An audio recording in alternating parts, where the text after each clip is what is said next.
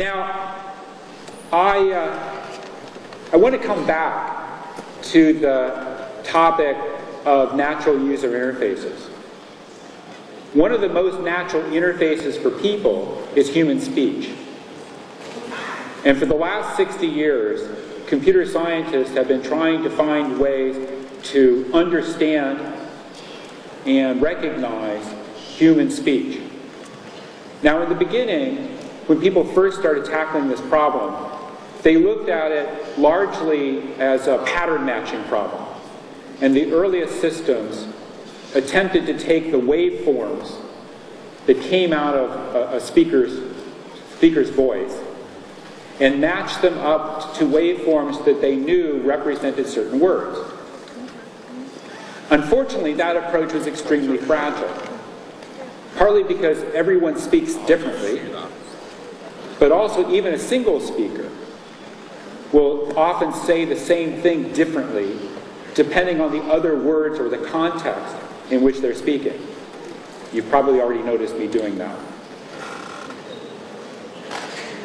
Now, in the late 1970s, there was a major change in the way people decided to do speech recognition. This was work being done at Carnegie Mellon University.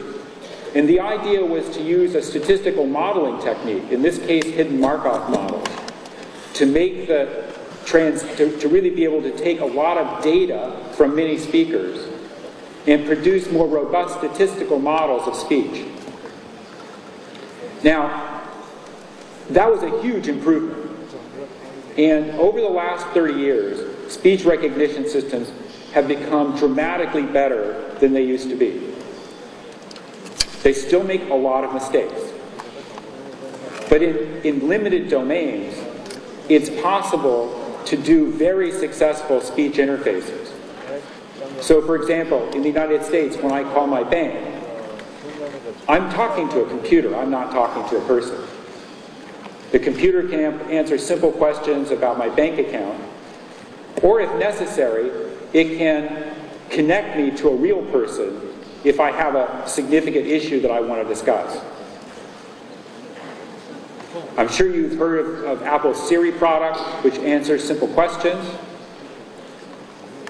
Microsoft Connect has a robust speech interface that allows you to control the interface, and it even allows you to issue commands in the middle of games. Still, these systems have a lot of errors. And the error rates for arbitrary speech have been in the 20 to 25% range. Well, a few years ago, researchers at Microsoft Research and at the University of Toronto came together to develop what's another breakthrough in the field of speech recognition research. The idea that they had was to use a technology in a way patterned after the way the human brain works. It's called deep neural networks. And to use that to take in much more data than had previously been able to be used with the hidden Markov models, and use that to significantly improve recognition rates. So that one change, that particular breakthrough, increased recognition rates by approximately 30%. That's a big deal.